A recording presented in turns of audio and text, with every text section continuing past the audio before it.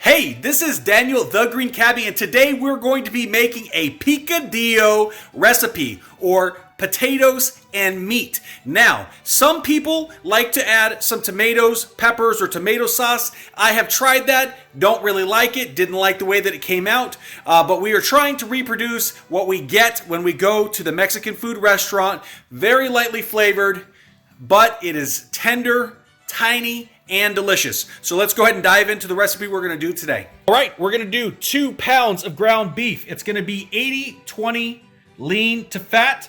We're going to do 1 medium onion chopped. We're going to do 4 medium potatoes or 2 large potatoes. We're going to do 2 tablespoons of flour, 2 diced garlic, and then we're going to do 1 teaspoon of salt, 1 teaspoon of pepper. We're going to do 1 tablespoon of cumin or comino.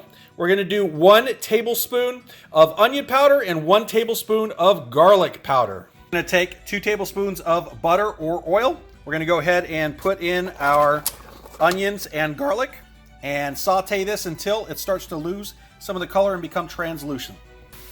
All right, we're going to brown our meat with our onions and garlic, and we're going to use our trusty chopper. You can use a regular spatula, but the trusty chopper is a lot easier to break it up and get it into small pieces.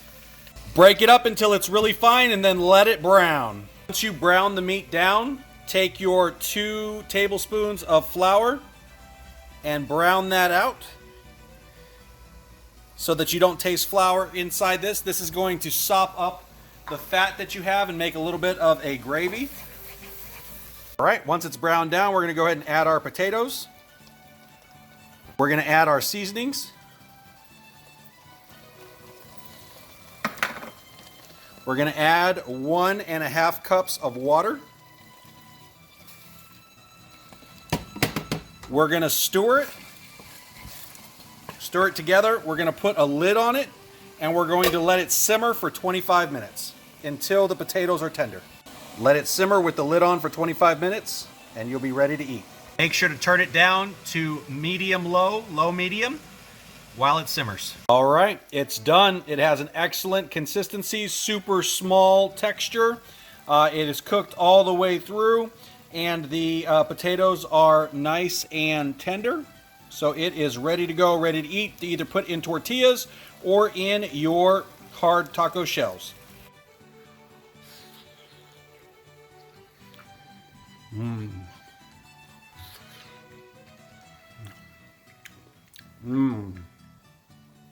So it's excellent, flavorful. Now, like I said, if you want, you can add tomato sauce, you can add peppers, you can add other things to it. But I like this because it has a good texture. It fits right into the tacos. This is just like when you go to the Mexican food restaurants, and it's very, very tasty. Hopefully this was helpful. If it was, smack that thumbs up and let us know if you like to add anything else in your picadillo recipes. So, if you want to have a little bit less fat, you can drain fat in the beginning, or you can go ahead and press the meat at the end to be able to pull out some of the fat. Some people don't appreciate the flavor, or it feels a little bit greasy to them, so you can go ahead and do that. Also, if you want to add a little bit extra flavor or texture, you can also add in either 2 diced Roma tomatoes, or you could add in 8 ounces of tomato sauce. And if you want more salt, you can always add salt to the top, or you can add additional salt to the recipe to your liking.